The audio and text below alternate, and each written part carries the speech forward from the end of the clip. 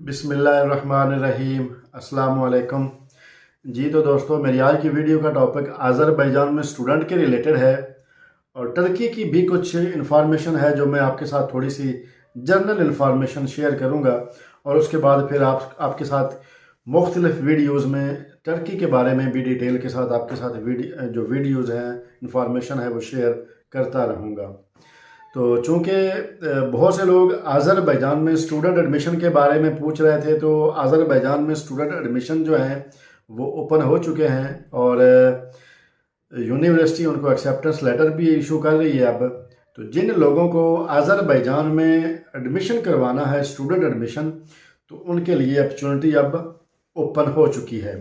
लेकिन अपॉर्चुनिटी के साथ साथ मैं ये बताता चलूँ कि अज़रबैजान में आप एडमिशन करने के बाद आप क्या करेंगे। अगर आप जाना चाहते हैं अज़रबैजान से अदर कंट्री स्टूडेंट एडमिशन के थ्रू, फजूल है। अगर आप अज़रबैजान में जॉब के सिलसिले में जाना चाहते हैं, फजूल है। आप एडमिशन करवाएंगे, फीसेस पे करेंगे, टिकट बाय करेंगे, सब आपका वेस्ट जाना है। लेकिन फ़ायदा सिर्फ एक चीज़ का है स्टूडेंट एडमिशन करवाने का, कि जो लोग अज़रबैजान में बिजनेस करना चाहते हैं, सिर्फ और सिर्फ ये अपॉर्चुनिटी, ये एक ऐसी चीज़ है वो जिससे वही फ़ायदा उठा सकते हैं। लेकिन अज़रबैजान में जो बिज़नेस है उसकी सिचुएशन आजकल बहुत ज़्यादा टफ़ है और सर्वाइवल करने वाले लोग भी परेशान हैं, यहाँ पे बिज़नेस करने वाले भी परेशान हैं, स्टूडेंट ऑलरेडी परेशान हैं। तो जिन लोगों ने एडमिशन करवाना है, जिन्होंने अपने बिहाफ पे एडमिशन करवाना है अज़रबैजान में, उनके लिए अपॉर्चुनिटी मौजूद है कि अज़रबैजान में एडमिशन हो गए हैं, ओपन हो गए हैं, लेकिन ये यूज़लेस है, ये ऑप्शन यूज़लेस है। आपका पैसा, आपका टाइम सब ज़ाया होना है। बाकी जो बिज़नेस माइंड रखते हैं, अंडर 40 है एज उनकी है, बिज़नेस करना जानते हैं और बिज़नेस की जो डिफ़िकल्टीज़ है उनको फेस करना जानते हैं और आगे जाके अपने बिज़नेस को कामयाब करना चाहते हैं, तो स्टूडेंट एडमिशन फिर उनके लिए फ़ायदा मंद है। वो इस तरह कि वो पहले जाएगा, अपना एडमिशन कंप्लीट करेगा, उसके बाद अपनी कंपनी ओपन करे, कंपनी का प्रोसेस कंप्लीट होने के बाद जो अपना बिज़नेस करना चाहता है, स्टूडेंट एडमिशन के साथ साथ अपनी क्लासेस भी लेता रहेगा लैंग्वेजेस की, और जो बिज़नेस करना चाहता है वो भी कर सकेगा। स्टूडेंट एडमिशन ले सकता है और स्टूडेंट टैक्सी भी अपने नाम पे ले सकता है, टैक्सी भी चला सकता है। लॉ में तो शामिल नहीं है, लेकिन अज़रबैजान की गवर्नमेंट जो है वो इमिग्रेशन, पुलिस, ट्रैफिक उसको कुछ नहीं कहती, क्योंकि उसके पास डॉक्यूमेंट्स जो हैं वो रिक्वायर पूरे होने चाहिए। TRC होनी चाहिए, ड्राइविंग लाइसेंस होना चाहिए और वो जो अज़रबैजान की लोकल लैंग्वेज में ट्रांसलेशन के साथ नोटरियाट होना चाहिए, तो फिर वो टैक्सी भी चला सकेगा।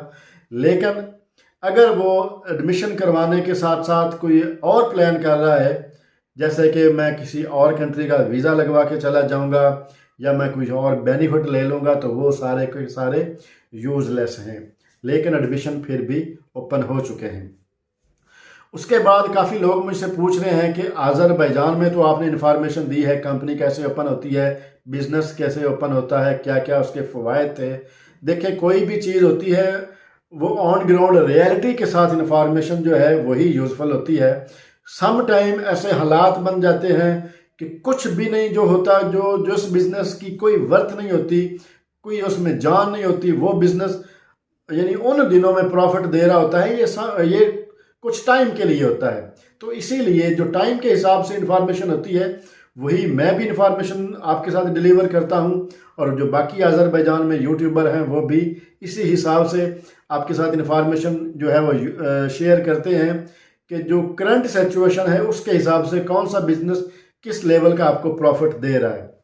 उसके बाद कुछ टाइम ऐसा आ जाता है कि जो प्रॉफिटेबल बिजनेस होते हैं, जो सदाबहार बिजनेस होते हैं, वो भी ठप हो जाते हैं, उनसे भी लॉस होना शुरू हो जाता है।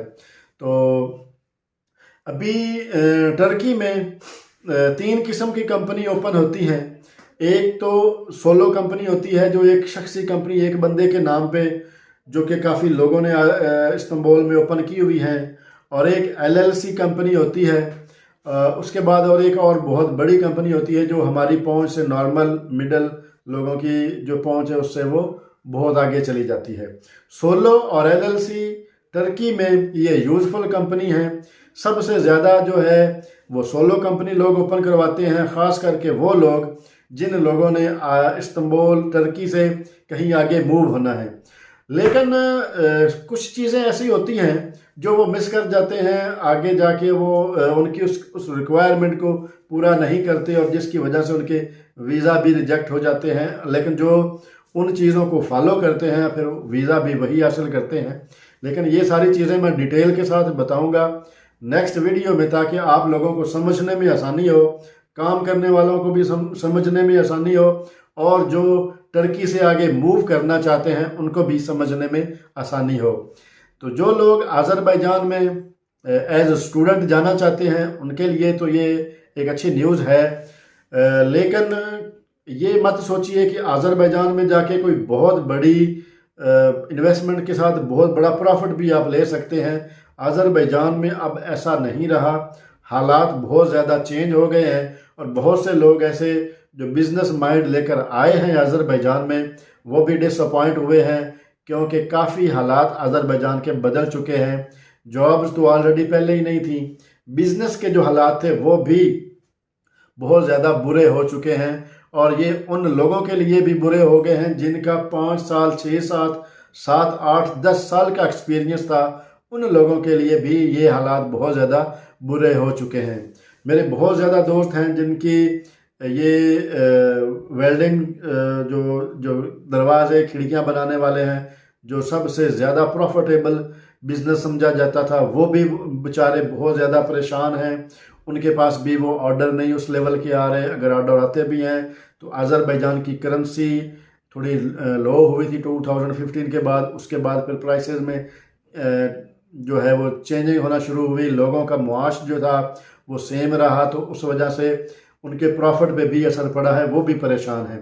तो जो लोग गारमेंट्स का बिज़नेस करना चाहते हैं, गारमेंट्स का भी एक अच्छा स्कोप है अज़रबैजान में, लेकिन इसके लिए आपका मिजाज धीमा होना चाहिए, आपकी तबीयत जो है वो सॉफ्ट होनी चाहिए, आपका जो स्टेमिना है वो हाई होना चाहिए, ताकि आप स्लोली जैसे कहते हैं slowly and steady win the race, ये वही बिजनेस हैं जो स्लोली एंड स्टडी बेस पे लोग चलते हैं और फिर जाके आगे जाके कामयाब होते हैं। लेकिन स्टूडेंट के लिए बिजनेस करना बहुत ज़्यादा मुश्किल हो जाता है, क्योंकि उसने यूनिवर्सिटी को भी टाइम देना होता है, अपने बिजनेस को भी टाइम देना होता है।